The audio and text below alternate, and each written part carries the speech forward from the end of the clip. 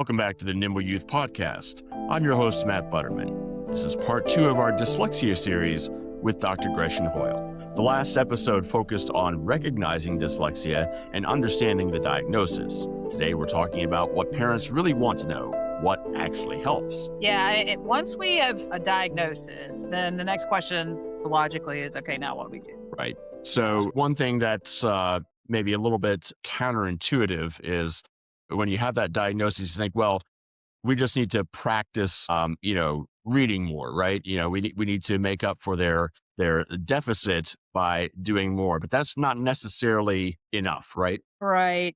So this is where it does get sort of tricky. So it is like, I'll use a metaphor from the swimming world, which is that if your stroke is incorrect and you just keep putting more and more like yardage on an incorrect stroke, it's just going to enforce that pathway in your brain. And what really has to happen is to try to work with the child's like decoding pathway. So they are dealing with a decoding pathway that isn't very efficient.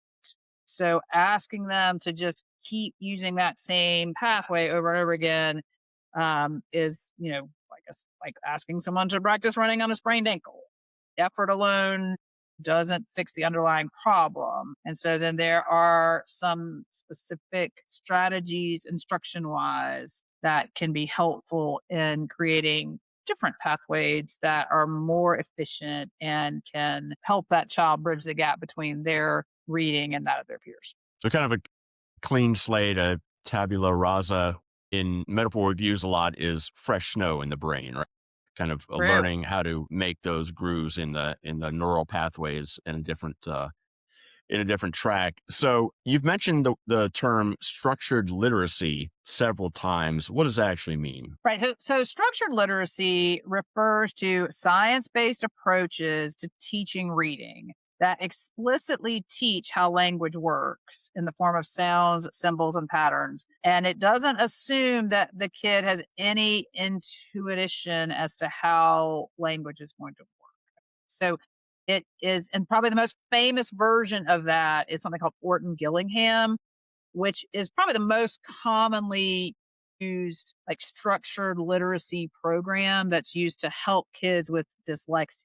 But it's part of a broader family of structured literacy programs. But that one's the most commonly used one, and it's the one that I personally have the most experience with. So as I mentioned in the first episode, my son had a diagnosis of dyslexia around 4th grade. He went to a school subsequently that used Orton-Gillingham as their way to instruct folks who have this diagnosis and learning to read. And so reading was very much not intuitive to him. And I could compare that to some degree with my daughter, where reading was very intuitive. So as a parent, I could have seen both sides of that coin. They're very different. And so with Orton-Gillingham, there are some like core elements that are very, very helpful and effective that are not necessarily the same way that we sort of mass instruct folks in schools to learn to read.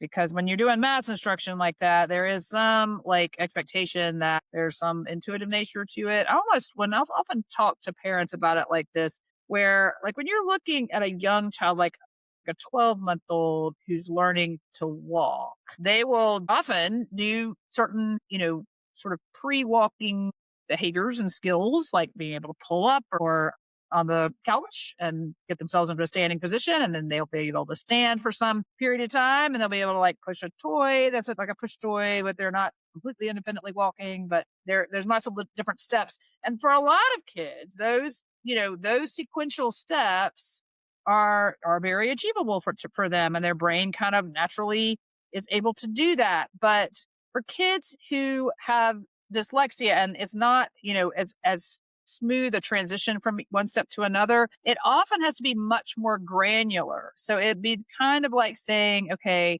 we're going to, instruct this person who's learning to stand up or to walk. Like we're going to, help you recognize that you need to be able to lean slightly forward and put your weight on this foot. And then you're going to gradually, slowly lift your other foot, and you're going to use it at this angle. And you're going to then swing it forward. And it's just very, very granular, where for a lot of people, all of those, like that sequence of things that have to happen for you to walk, just like kind of comes together almost magically, intuitively, innately. And for kids with dyslexia, as far as reading goes, those things really need to be broken down much smaller than what the steps that we use, in sort of mass educational like reading instruction. Now, there's a lot of schools of thought out there that feel like everyone would benefit from the type of instruction that a structured literacy program provides, but it is more intense, and there's, resources and like how do we do that in schools and all that. And so this, we're specifically talking about this today in the context of how do we help kids who have a dyslexia diagnosis. And so the first element of like the Orton-Gillingham structured literacy program, and this is true for a lot of them, and that is that it's explicit. So let's take these one at a time, Matt. Let's do, so explicit means that nothing is left to chance. And so like the way that this works is in an Orton-Gillingham lesson, the teacher tells the student the rule of what they are working on in the words that they are going to decode. Okay. And then they demonstrate that, and then they practice it, and then they check their understanding.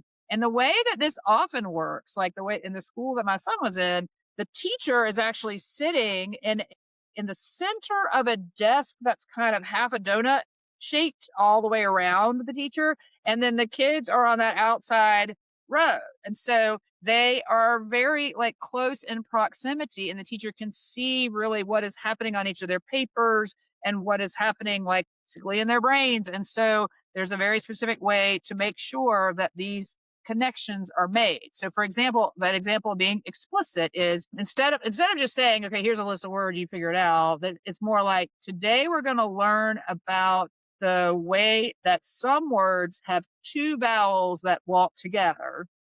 And sometimes the first vowel does the talking, and sometimes the second vowel does the talking. Well, those are things that, we may somewhat remember from learning to read and, early elementary school. But for kids with dyslexia, especially if they're going through this type of instruction, they will work on that concept for weeks sometimes, right? I mean, because that is a really challenging concept. And so this is especially important for them. It's not something that they're going to naturally infer from patterns the way that typical readers do. So that's the first one. Right. The next one is what we call sequential, right? Another term for it is one brick at a time. As you're building Right. a wall of a house, there's a method to that. So let's talk about what that step looks like. Right. And so in some ways, I almost think about this concept as being like the way that we teach math. So you would not just like walk into first grade and say, okay, we're going to do long division, right? Like you have to learn addition first, preferably with, single digit numbers. And then we're going to move on to multi-digit numbers. And then we're going to introduce the concept of subtraction instead of addition. And then we're going to start talking about multiplication.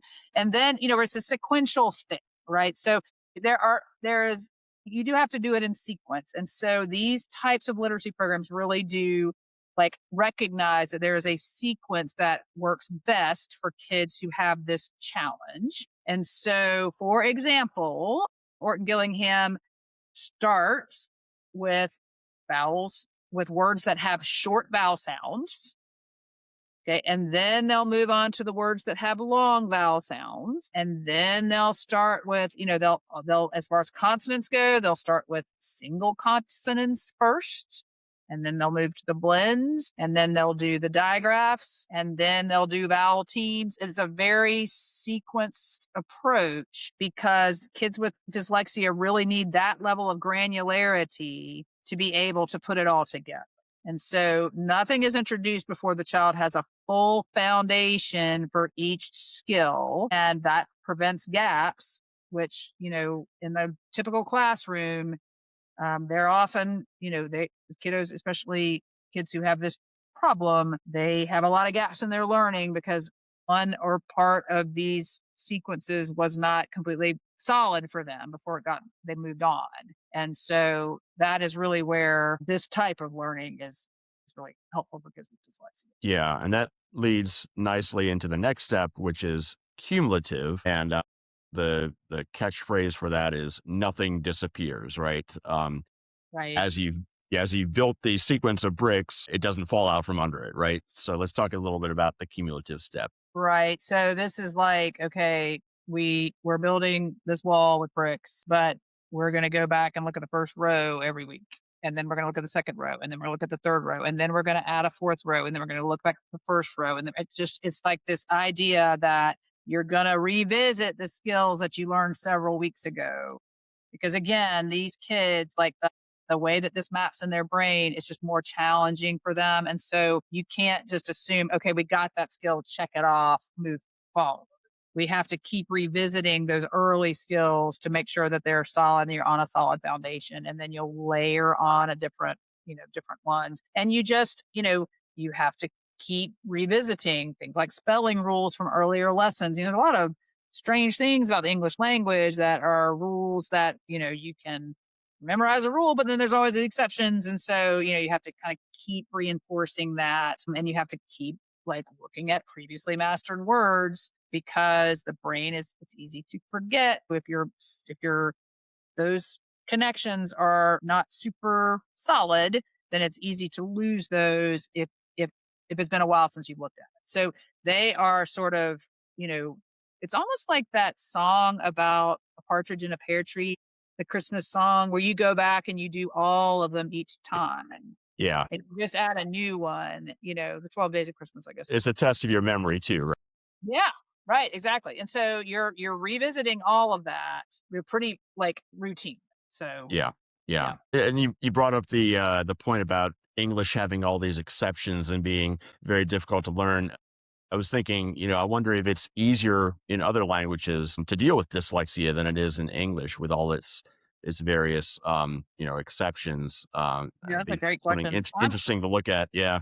Well, let's move on to number four, the fourth step in the Orton-Gillingham method, and that is multisensory, which Right. just means engaging the whole brain, right? Right, right. And different pathways in the brain. So you're engaging the visual cortex, which, is where you're bringing in information from your vision, your field of vision, and you are mapping that onto your brain. So you're involving your auditory cortex, which is where you're getting information from your ears and what you're hearing. And so there's a lot of things like we're going to like say the sound out loud and then we're going to trace the letter on the page. And this is where that circle, that like half donut shaped like table is helpful, that the teacher can really see what's going on with everybody, if they're tracing the letter correctly. So they're trying to getting into their brain as they say the letter. You're tracing it too, so you can get the shape of the symbol, the written symbol. And then, writing while speaking the sound. And then they did this. So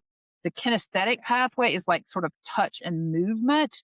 And so they would often tap it out. So they would tap out different words and what their syllables were. And that was like very interesting. Like, in the times that I would go to parents' night at the school where my son was, they would show us kind of this kinesthetic pathways that they were doing and how they would tap out words. And it just helps get it into your brain and other pathways. And so it is a multisensory experience, and that really strengthens the neural connections and creates redundancy. And so if one path is weak for that child, another path can support it. Right. And so that's how the Orton Gillingham method it's broken down. That's kind of how it works. And I guess the wall analogy really plays out well here because for a lot of parents, the whole process can look very slow and maybe, laborious at times, but it's all about building that very strong foundation that doesn't wash out and collapse later. Right. That's correct. Yeah. Yeah. Yeah. So let's talk about how it's implemented in the public schools, which is an issue, certainly. And maybe you can talk a little bit about some of the issues that arise there. Right. So this is going to come to as a surprise to absolutely no one. But like my opinion is that, the public schools are very underfunded. And I'm coming at that from like being a child of a teacher and being a parent of a teacher and like having lots of friends who are in education. And I've like, have a lot of interest in this area. And it's amazing what people, in education are able to do with the resources that they have. But in reality, like what usually happens in the public school setting is that without access to a private psychologist, which a lot of parents, that is not really an option for them to pay out of pocket for that. So they're going to get the public school psychologist is going to do the child's testing. It's going to take a while to get that done. When it comes back, it rarely actually has a formal diagnosis of dyslexia on it. Like, I don't know that I've ever seen that. Because the problem is that there's very good evidence that one of these sort of structured literacy programs like Orton-Gillingham is really the best way. It's the most appropriate way to address a diagnosis like dyslexia. And so that diagnosis on a child's evaluation would um, somewhat require the school to provide that. And it's just really not possible.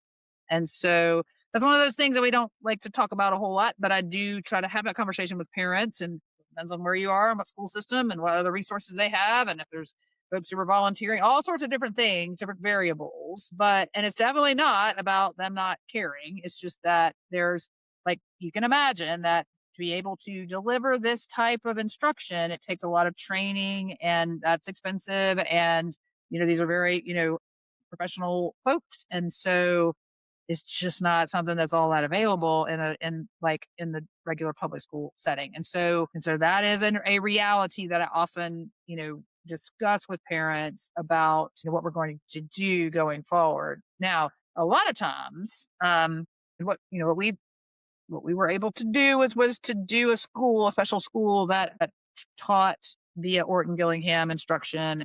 And that was, I feel like, really transformative for him. He's a teacher now, and it's really helpful to kind of hear his take on it and, all these years later. But there are other ways to access Orton-Gillingham instruction, and typically that's with an OG tutor. And so I'll often have resources for families where they can get a tutor who can do these types of like instructional methods with a child in the afternoon after school. A lot of times the summer's a really good time to do that. Of course, kids don't love doing any of that, but at the same time, it's a really good time to do it because they can do it in the morning when most kids are, don't have as much fatigue. And if they can get a lot done during the summer with an Orton-Gillingham tutor, and they're often, like they're closing the gap over the summer between them and their peers. And so really we will work on that a lot if we have the option. I would say that, just having had that sort of social overlap with other families who had children in the special school that my son was in for dyslexia, it wound up making it so that I was seeing a lot of these same kids in clinic. I developed a pretty good relationship with these other parents and then a relationship with the school. And so then that meant that a lot of the kids that went to that school were seeing me in clinic. And I would say roughly half of them had a like comorbid diagnosis of ADHD, or I would have some proportion of them on medicine for ADHD. And it was almost as if like I sort of felt like in my head, I was like, well, these kids have sort of a steeper hill to climb to be able to learn to read fluently.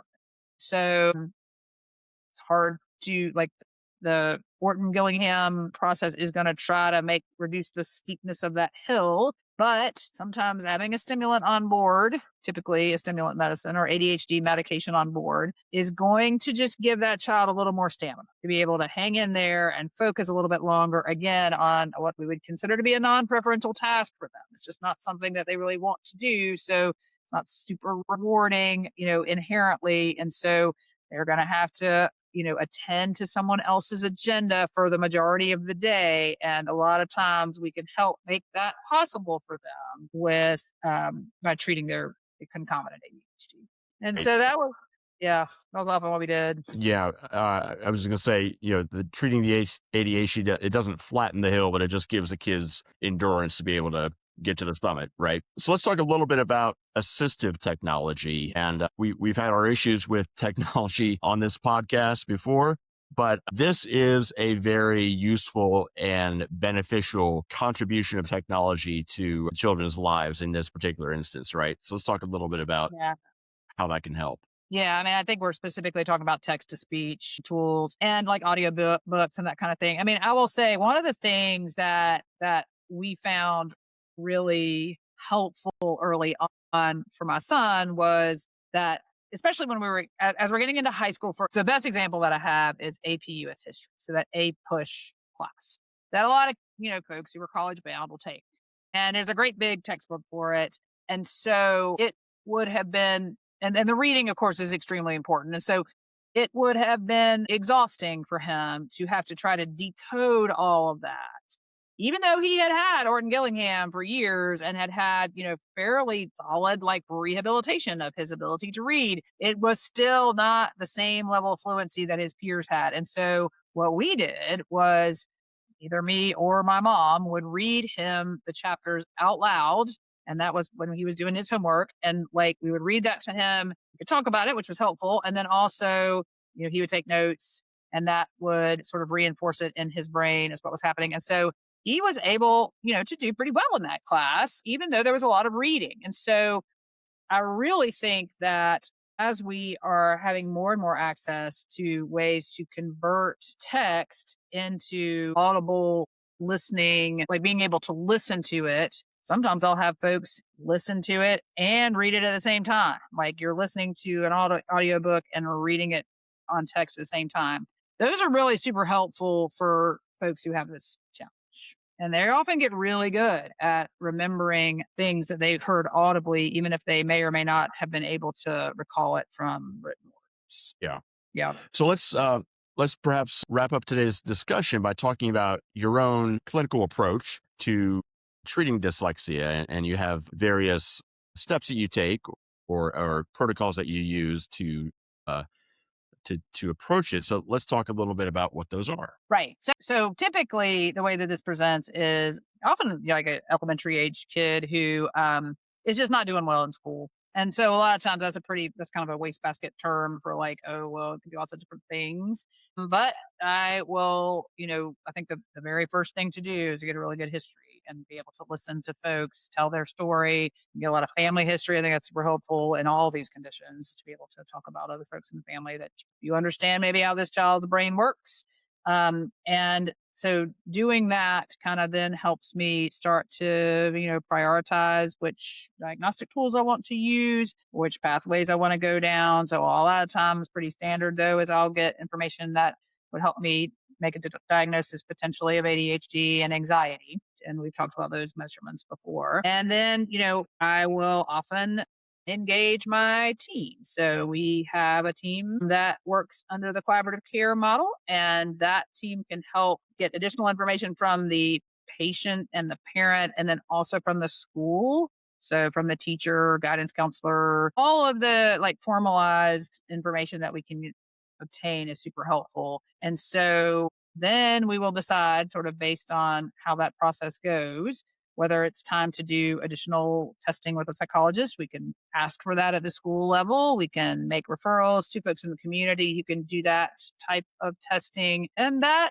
is often, like sort of the linchpin in getting this figured out. And so it's really helpful to have a good relationship with the folks who do this kind of testing and kind of know who is going to be able to help us get some clarity on what this child, has or needs. And then we just help the parents, interpret the results. The good news is that psychologists will typically meet with the parents for often, a couple of hours to sort of go over what the results are and what they mean. And that's super helpful. And then they'll provide us with a report and we can read that and evaluate it and talk about it with the parent. And then we start really working on, well, what's going to be our management plan. And that's sort of part of it can be medical with medicine for ADHD, if that's part of the picture. And then some of it is going to be working with the school and getting, formal, accommodations in place, whether like a 504 plan or an actual IEP, an individualized education plan, and get those things set up for the child. A lot of times what happens in an IEP with young children who have dyslexia is that what they're often getting is small group instruction in reading, and hopefully multiple times a week if that's possible. They may not really be getting quite what we would love for them to get as far as a structured literacy program, but it is very helpful to be in a smaller group where a reading like specialist can help determine what are the best ways to help that child. And so the sooner we get those things going, the better typically. And so that is part of why I always say, just like with everything, that basically if you're worried, then you probably ought to come in and we have to talk about it, because the sooner we get, a handle on stuff, the better. And I will say, like, my son was in fourth grade before we got a diagnosis, and I'm a pediatrician. And so it's not unusual that this stuff can sort of fly under the radar. But we know even a lot more about it than we did at that time. And so I do, really recommend folks to start, if you're concerned, especially with the checklist that we talked about in the previous episode, it's time to reach out and get some additional help. Yes. And this is where your collaborative care approach really bears fruit, because you need all the pieces that we talked about, the Orton-Gillingham method, putting all the pieces in place is the same way to sort of dealing with dyslexia. You need to have all these pieces in place, and having someone as a sort of central figure to enable that happening is really important. And just going back to what you said about the public schools, I think it's important to underscore that it's not that the folks that work there are incompetent or they don't have expertise themselves. It's just, as always, or at most times anyway, a matter of funding. It's just they Funding don't have and the resources. Right. Yeah. And so that's the sort of macro level of this, is to really advocate for better funding and support for everyone who is in public education. Absolutely. So I guess the bottom line is dyslexia is challenging, but with the right instruction and support, kids can thrive, as your own son is evidence of that, certainly. So we'll see you next time on Nimble Youth. Until then, please visit our website, www.nimbleyouthpodcast.com. Find and review us on all the major podcast platforms, and you can watch video recordings of our episodes on our YouTube channel at Nimble Youth Podcast, and find us on social media, Facebook and Instagram at Nimble Youth Podcast as well. Please take care of yourselves and the young people in your lives. We'll see you next time.